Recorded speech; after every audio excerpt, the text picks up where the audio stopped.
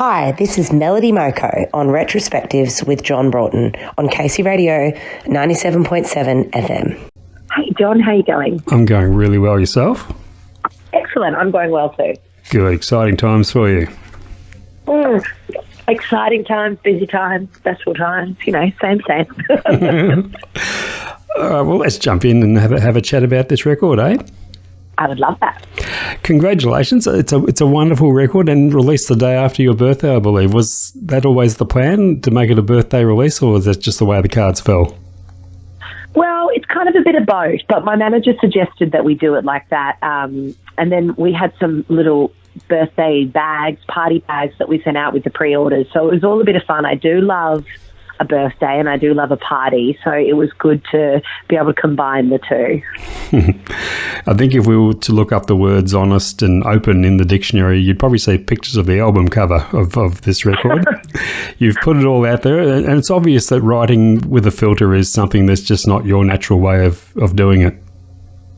No, it's definitely not, and that's not for lack of trying, because I definitely tried to write pretty things and paint pretty pictures in the past, and write about a more general, broad experiences and love songs, but it just never worked for me, and I never felt like I was connecting with an audience. And it's really only when I started to write my truth that I felt that there was a connection happening. And for me, music is about connecting and about expressing yourself, and it's a cathartic act, and so that's how I write. And not to say there's anything wrong with a great pop song, because I think that they're fantastic, but for me, the reason that I write is to connect with people. So this would be your most personal collection of songs to date? Oh, definitely. Yeah, definitely. And I think I get braver as I go. I think my previous record, Two Kids and a Radio, was quite honest and open as well, but I probably wasn't quite brave enough to really lay it out on the line and say, these are the yucky parts, the hard parts that scare us all a little bit of life. And so I wanted to do that with this record. And I think set out with this collection of songs to write more broadly about the things that are important to me in life, and not just about relationships and things like that, but more broader. So, I'm a feminist and I'm a mother, and all of those things are really important to me. So I wanted those experiences to be in my music too. It's been well documented. You're going through some tough times around the time of writing these songs. Was it something of a healing experience going through the process of writing them? Did it form some kind of therapy for you?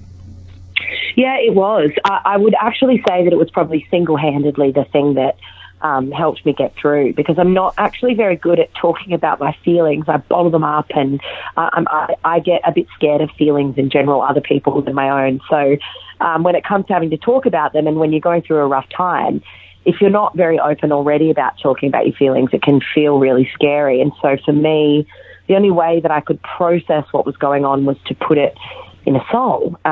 So I did write this entire collection of songs for this album over about a month, and it was very much a healing process for me. And there's pages and pages and pages of verses that didn't quite make it into the songs that, were part of the healing process. But yeah, definitely a cathartic healing thing for me. Yeah, so there were no carryover songs that were already in your stockpile. These are all new since the last album. Yeah, they're all very fresh, very new, and very much written, in a concentrated period of time. So is that usually the pattern for you, to write from project to project? I know many writers will have songs that they'll put aside because they don't quite suit the project they're working on and bring them out later. I am more of a project-based writer, and I think for me, I grew up listening to albums. I couldn't really pinpoint particular songs that I love of artists, but I love collections of work, and I think there's so much beauty in an album. And so I think I write that way because for me, an album has to feel cohesive, and it has to be something that tells an entire story, a broader story. So I definitely am a more project-based writer. So do you think down the track in the years ahead, you'll look back on this record in a slightly different way to your other albums, considering what you went through at the time the songs were written? Yeah, I think so. And even now, listening to the record, I do feel quite removed from it, because I've thankfully gotten through that time, and I don't necessarily feel the way that I felt when I was writing those songs anymore. So when I do listen to it, it does feel quite jarring, actually, to think, oh, wow, I really wasn't well. I really was going through a lot when I wrote these songs. And I imagine some of these songs will be emotionally draining to perform live when you get out there on tour to promote the records. Is there a heavy thought process going on at the moment, considering where to place the songs in the live set?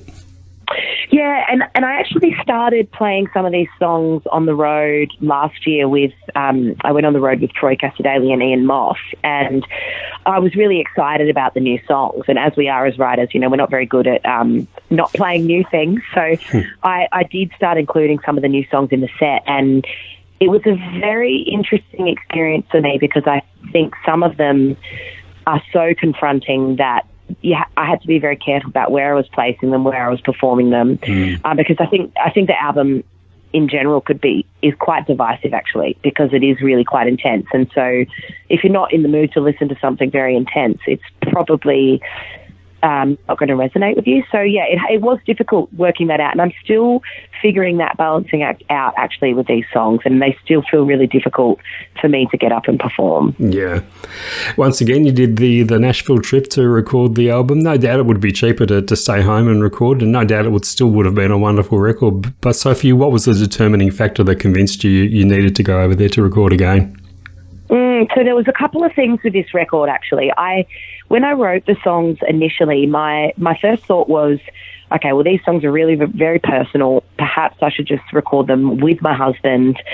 He was a big part of the experience, a big part of writing them, and obviously there with me when I was struggling. And so I thought that might be the best way to do it. But when we had an opportunity to collaborate with Apple and release a spatial product, which is like a 360 audio. So for people who don't know, it's kind of like listening to music that moves around while you're listening to it. So it's not just stereo, but it goes all the way around your head and you can hear things whizzing about and doing all sorts of things. And Apple wanted to team up with us and give us an opportunity to release a spatial product, and they got behind and supported us with that. So when that opportunity presented itself, I kind of stepped aside and looked at the record not just as the lyric content, as the song content, but also as the sonic product. Mm-hmm. And so I really wanted to be able to work with musicians who I thought could get their head around creating that sonic picture. And the people that I recorded with last time in the US are just phenomenal musicians who I really connect with musically. So that was kind of the force behind going over and doing it again with them, was the fact that we wanted to look at the sonic product a little bit differently. Yeah, and I guess there's also something to be said for the actual process of going somewhere away from your familiar home base to record. It helps the mood, it helps the approach to the recording, probably makes it feel more special. Yeah, 100%. And I think for me, I relate that creative space of that studio where I made Two Kids and a Radio with so many special things, and for me it feels like the place where I really discovered my sound and who Melody Moko is as an artist. So to go back and be able to do another record there, it felt like the right thing to do. Hey, what a joy it must have been for you and Michael to have young Miller playing on the record with you. Somehow I get the feeling I might be lining up to interview him for his debut album a few years down the track. Is that something he has designs on already? Oh, he's already making plans to go over to Nashville and record with, the team that we recorded with, and he gets his little computer out and says, okay, so how much is it going to cost and what do I need to say? So he's very determined. He really enjoyed the experience, and it was great for us to be able to include him because he's a special kid. I mean, all my kids are beautiful, but he is on the spectrum, so he gets very hyper-focused on specific things, and for him, music is his absolute life. So it was beautiful to have him there for that. Oh, that is awesome. Was it a pre-planned to have him play on the album, or just one of those spontaneous studio moments? It was kind of pre-planned. We had talked about, he had asked, obviously. It was, he had kind of planted the seed and said, I really want to play on the record. And we weren't sure if that would happen or not, whether there would be space for it. But he got along so well with all the other musicians in the studio, and he brought such energy into the room that, it wasn't a problem. I think you gauge these things when you've got kids. You kind of go, okay, well, it might work. And then when you're in a room and it doesn't feel like it's going to be overstepping, then, that okay. So, Yeah, it was beautiful for everyone, I think, that and on YouTube there is a video of the moment that he lays this little track down, and it's so beautiful. So I do encourage people to go and watch it if they want to. I have seen it. There's also an hilarious moment there where he turns to you and says that one song of yours is one of the few songs of yours he actually likes, and it cracked you up. Surely he was joking. No, he definitely wasn't. He's so incredibly honest, and he had so much to say about every track that we made, actually. Like, there was another one that he said, "Mum, this one, I think it's okay, but it's just nothing new for Melody Moko." He's just incredibly honest and keeps you grounded, that child, for sure. Wow, well, if he's not a musician, he might have a career as a rock critic. He will, I'm sure he will. One thing you're well on top of is the marketing side of your career. You did a wonderful job on the various packages available for people who pre-order the album, and I'm proud to be one of those. My T-shirt fits beautifully, by the way. I find it reassuring to see artists that still consider releasing albums to be an event in this era of streaming and downloads. You're obviously still a very strong believer in the album format. Oh, huge. I'm a huge believer in it. And I think I'm fortunate as an artist who kind of has her feet in a couple of different places. I exist in the country industry where physical product is still quite a big thing. We still sell CDs and we sell vinyl, and it's not something that is obsolete, so to speak. So it makes sense for me to be able to release physical product because people do buy it. And I know that, that's a hard thing for some artists in other genres because they just don't sell the physical product. So it becomes hard. But, more so than that, I believe in a collection of work and I believe in the art of an album. And I think it's such a shame that might be lost on, some of the younger generations when they consume music, that they're able to consume the entire collection. There's something so beautiful about a collection of work. Pre-ordering seems to be the trend these days. It seems to have taken over a bit from crowdfunding. But either way, it's vitally important to have that financial commitment up front from your fans, I guess. Yeah, I think, for me, because this is the first record that I signed with a label, and I'm with a fantastic independent label called Cheatin' Hearts. And so, it's by no means like a big fancy label with a big budget. So we still have to do the legwork to contribute to the making of the record ourselves. And crowdfunding, for me, I've done it in the past. It actually sends me batty, to be honest, because it's an incredibly daunting thing to have to put yourself out there every single day. And I think for me, pre-ordering felt like a little bit less stress this time around to do it that way, but still gives you, those numbers for charting and all of those things that are important for us as artists. And I guess it also creates a relationship between your fans and the record even before it comes out. Yeah, and I think that's, that's also the thing in this day and age. The relationship that we have with fans is an ongoing thing. It's not just album-based. It's always, with social media and the way that fans connect and the way that we connect with our fans. So I think being able to share that journey and have your fans, invest in that journey with you, it's a really good thing. Hey, let's chat about the video for Jesus You and the stir that it caused, being banned by a network in America. When I first saw the clip, I was waiting for an obvious moment that would have sparked the ban, but it had me baffled why it was banned at all. Did it take you by surprise? It did take me by surprise. I will say that I didn't set out to create a video that I thought was going to be controversial. I set out to tell the story of the song visually, and I work with a fantastic filmmaker called Jasmine, and she just does fabulous work. And so the bit that actually caused a stir was there's some red wine that is meant to look a little bit like blood, and it's meant to kind of be like a rebirth scene. And apparently that's a little too gory for a US network. They didn't think that would sit well with their audience, that level of gore. So we had to, we didn't have to, but they asked us if we would do an edited version for them, and they would then air the edited version. And of course, we didn't want to have to edit the video, but we did, so that it was able to be aired by them, but we kept our original creative version, and that is the version that is on YouTube. And, so I definitely didn't take their advice and scrap it or anything like that. I suppose it's good that they actually made the effort to contact you and let you know. think so. And, you know, they did say that they were really happy to support me in any way, and they always would be, but they just wanted to, you know, give us a heads up. And to their credit, they actually said, do not feel like you have to edit it. We just won't play it if you don't. So it was a pretty straightforward transaction, really. Yeah. A couple of co-writes on the album with Michael. Tell us how the writing process between the two of you worked on those songs.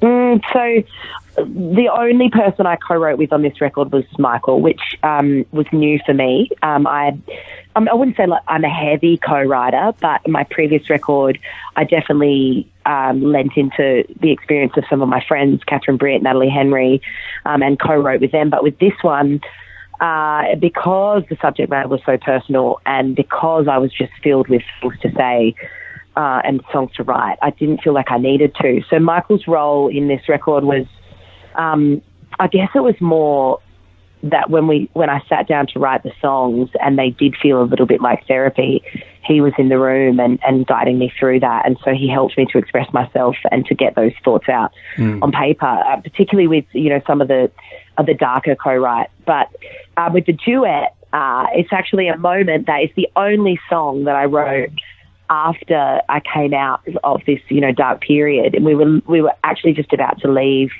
to make the record, and I really wanted a duet on the album, but I hadn't written one. And I didn't want to just, you know, put a duet on there that I'd co-written or something I'd written myself. I wanted it to be something Michael and I created together. So we actually separated ourselves into separate rooms. We were in Sydney. We were at my auntie's waiting to get on the plane and go to the US. And we went into different rooms and we got notepads and pens, and we had like an idea of the rhythm and the meter, but we just wrote words to each other. So they're kind of like little love letters, I guess, that we wrote to each other, or little messages that we wrote to each other, and then we came back together and we didn't change them at all. So it really is a co-write that we did separately but together, if that makes sense. Wonderful. And there's a beautiful love song to him on there as well, Last Good Man, which I saw you quoted as saying you wrote after taking a sleeping tablet. How much, looking back now, how much do you think that attributed to the overall feel of the song? Because there was a dreamlike quality to it. A lot. I really do think it was how I accessed that really dreamy kind of pared back space that I was in when I wrote that song, because I literally taken the sleeping pill, was trying to sleep and had all these thoughts in my head, so just got up. I sat on the bathroom floor with my guitar. Like, it was a very intimate moment, and I almost felt like I was half asleep writing it. So I do definitely feel that song wouldn't have existed without that. Wow. Every Second Year, a song which I believe is referring to not enjoying spending Christmas with your in-laws. I think a lot of us can relate to that at times. How did your in-laws react to the song when they heard it? Well, look, they haven't heard it yet, to be honest. Oh. Well, they're not all that interested in music in general. So they haven't heard it, but I'm sure when they do hear it, there'll be some questions that'll come up. But, you know, I'm nothing but honest, and I'd be happy to tell them that, you know, my family, my immediate family, they like a good drink and they like a good Yahoo, and that's who I am, and that's why, you know, I wrote that song, because Christmas has been a special thing with them since I was a little girl. You chose The Outskirts as the first single to drop for the record. Was there anything in particular about that song that for you made it the obvious choice to put out there first? I mean, not really. It was mostly that we thought it was a bit of a banger, really, and compared to the rest of the record, which, you know, I mean, I'm a big fan of songs that tell stories, and it's not necessarily about getting up and partying with my music. If anyone knows my music, they know that that's not really the aim. But The Outskirts felt like it had that bit of an anthemic kind of energy to it, and it was summer, and we wanted to release something that we could play at festivals and people could get up and get behind and sing along to. So that was really the motivation with that one. One song there is a story behind is Not a Child, and I believe that came out of an unsettling and awkward situation that you were witness to. Yeah, Not a Child definitely was born out of a particular situation. I was involved in a photo shoot that was part of a festival, and there was a younger artist, an underage artist, who was also part of the photo shoot, and the photographer who had been employed by the festival to take photos was very obviously hitting on the young girl and asking her to come back to his room. And I just was entirely floored by how this interaction was happening, and felt very protective towards the younger girl, and also saw myself in her because I had been put in those situations before. And as a female, sometimes as a young female, it's hard to know where the line between professional and not okay sort of lands. And it is the responsibility sometimes of men to not put women in that situation. I think it's appalling that, she was put in that situation. And so when I got in my car after this, I called my manager and I was outraged, and I made sure that we let the festival know what had happened. And I got my manager to call this young artist manager as well and just give her a heads up. I also wrote the song in the car on the way home, because for me it felt like a bit of a moment that I finally realised that all of the experience that I have had with those terrible situations as a young woman have made me equipped to be able to speak for myself and handle myself in those situations, and then therefore I guess also speak out for other women. And so that song is essentially about growing up and growing into your own voice as a woman and your own power. So I guess for everybody there'd be a different song on the album they would point to, but for you as the writer, what for you would be the centrepiece song on the album, the one that defines what the record's all about more so? Oh, what a question. Well, I think Suburban Dream, I'd have to land on that one because it was the first song that I wrote for the record, and so it shaped for me what the entire record was going to be about. Because going into the record, I had this idea that I wanted to write this record that was social commentary, and I was going to write about other people's experiences, and, I was going to write about current issues and be a little bit more political, I guess, with the record. And when I wrote Suburban Dream, I thought, oh, hang on, that's not what I thought I was going to write. And so it really shaped the rest of the entire record, and it is the title track for that reason, because I do believe that the record is all about those sort of small feelings and small experiences that we have as humans that we can all relate to, that sometimes get overlooked for the bigger, flashier things. And I think there's a lot of beauty in those small moments. For sure. And just before I let you go, Melody, the plans for the rest of the year, I guess there's some touring ahead? I do have some touring, yes. Thank goodness we are now able to get back on the road because it has been tough for us as musicians. And my previous record, Two Kids and a Radio, didn't really get the chance to tour it with a band or do anything like that. So we're back on the road, and the dates are all available on my website, melodymoko.com, and there is more dates to come also. Oh, wonderful. And hopefully some Melbourne dates will be inserted there later in the year. We'd love to see you down here. I promise there will be, I promise. Fantastic. Hey, congratulations once again. It's a wonderful piece of work. It really is. I'll certainly put this to air as a full feature. We'll play the album in full with a language warning at the beginning. And we look forward to seeing you down in Melbourne whenever that may be. Wonderful. Thank you so much. I appreciate your time and for your time investing in the record too. Great to talk to you again, Melody. All the best. No worries, John. Thank you. Bye. Cheers. Take care.